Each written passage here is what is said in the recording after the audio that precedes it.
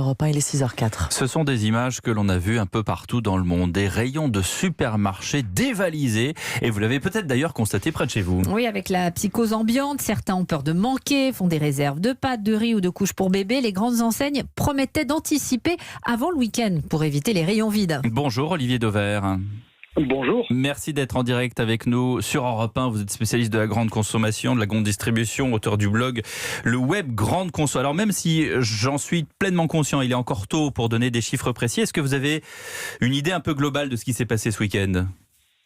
Alors évidemment que l'on n'a pas de chiffres au moment où l'on se parle. On sait juste qu'encore une fois, les rayons les plus victimes de cette forme de frénésie il y a déjà 10 à 15 jours, l'ont été encore. Les pâtes, le riz, la farine. Il suffisait de se promener en magasin samedi pour se rendre compte à la fois que les chariots étaient probablement un peu plus remplis que d'habitude. Alors c'est quelque chose qui se sent au nez, j'allais dire, et que les rayons de ces produits-là étaient un peu plus vides que d'habitude. Et on peut dire qu'il y a des risques de pénurie sur certains produits ? Non. Alors, il n'y a objectivement pas de risque de pénurie si on regarde la situation dans l'ensemble, ce qui ne veut pas dire que ponctuellement, on ne trouvera pas un rayon qui sera durablement en rupture. Mais les distributeurs et les industriels, parce qu'il faut aussi les associer, ont beaucoup de stocks, vous savez, parce que ce que vous voyez quand vous êtes consommateur dans un magasin, c'est la conséquence d'un stock qui était déjà dans un entrepôt. Il y a des centaines et des centaines d'entrepôts en France, qu'il soit celui du distributeur ou celui de l'industriel. Donc, les entrepôts sont pleins, les magasins sont réapprovisionnés régulièrement, mais comme les consommateurs achètent